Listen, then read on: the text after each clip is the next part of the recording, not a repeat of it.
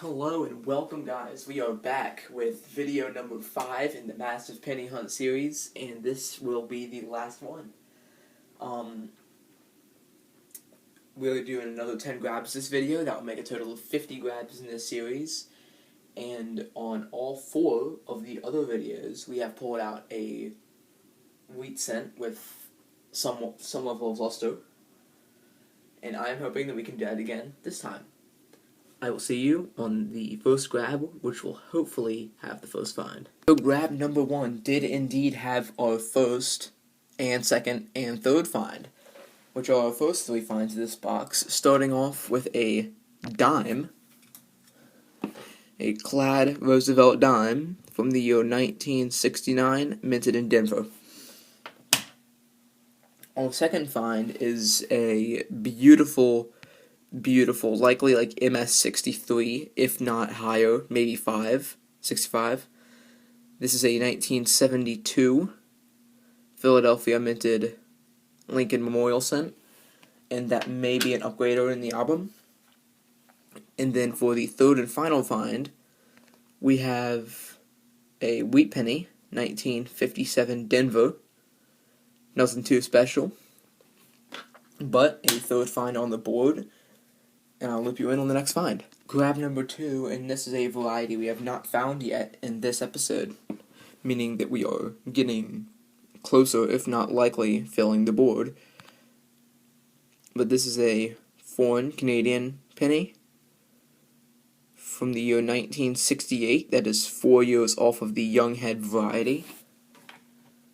So that is our first foreign. So we have a foreign, a wheat cent, a good condition, and a dime.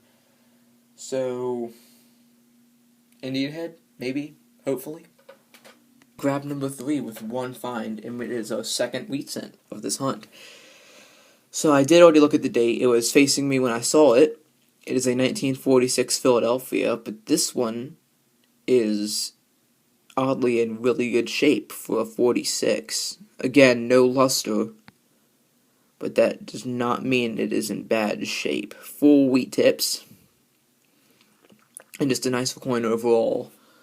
So that is wheat scent number 2 of the hunt. Grab number 3.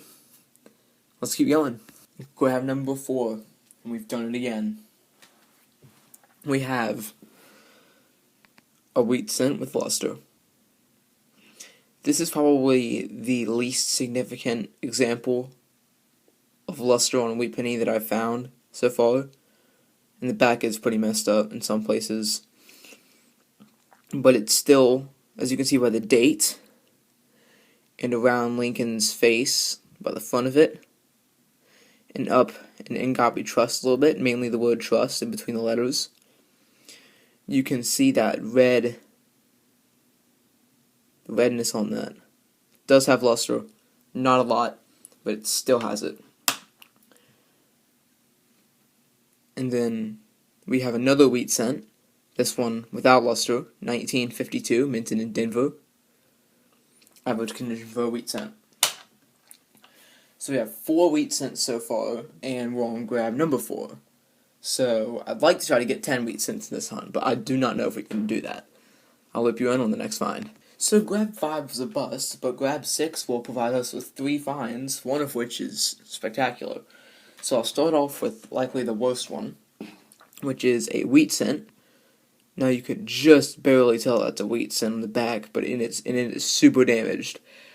And I cannot tell if it is a 1958 or a 1952. If you look really closely at that date, I think it's an 8, but there's so much damage it's difficult to tell. It is definitely minted in Denver, however, so it will be our 5th wheat scent of this hunt, in really bad shape. Next is a nickel from the year 1984 Philadelphia. It is pretty toasty, likely the reason why I didn't realize it immediately.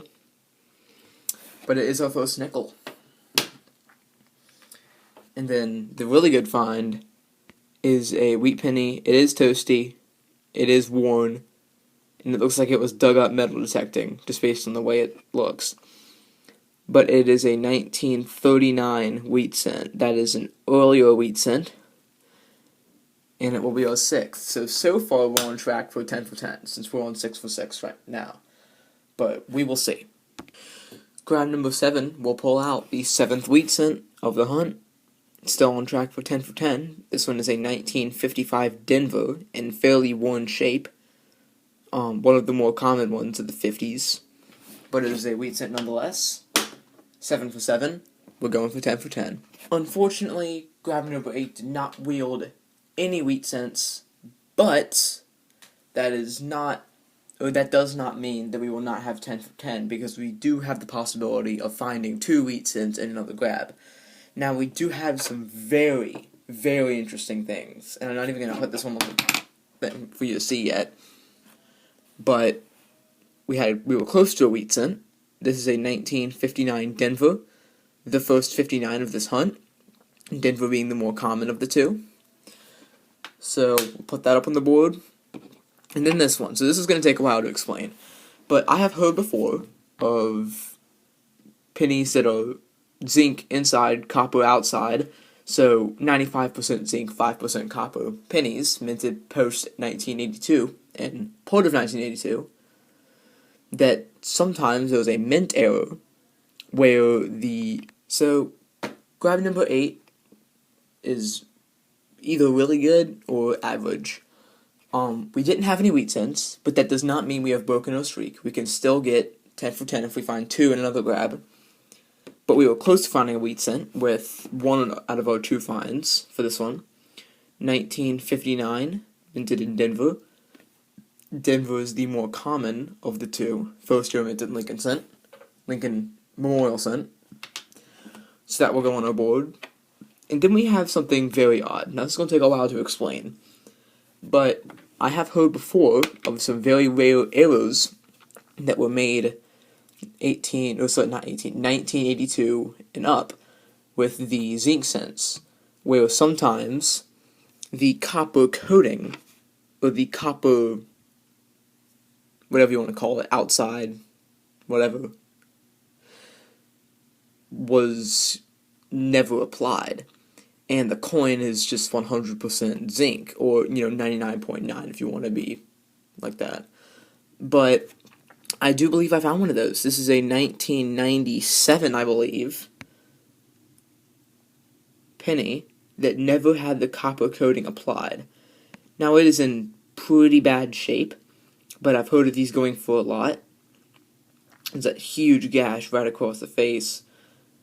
But I do not see any hints at all of copper ever being on this coin.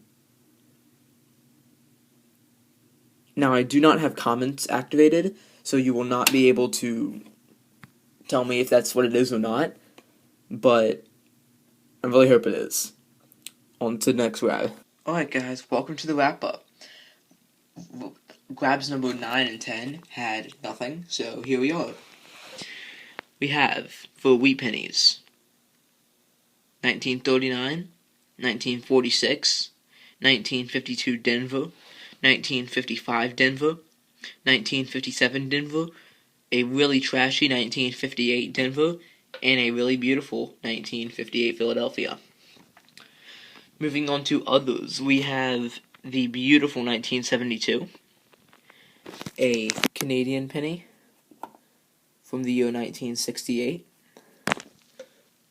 one 1959 Denver, which is pretty uncommon just to find one, and then the very odd 1997, which I have confirmed to be that mint error, but have not identified a value for.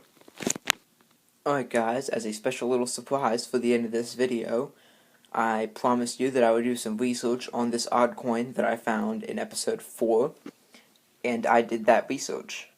So this coin is definitely Asian, and is about the size of a nickel or a quarter, somewhat in between. But after doing some research, this coin has been determined as a year 1952 Japanese 10 yen coin with a beautiful strike. Much older than I expected. I thought it looked 70s, but it makes sense that it would look like this considering that it would have to circulate all the way over here and then likely stay in somebody's coin collection for a long time. Thank you so much for watching, guys, and I'll see you in the next one. Later.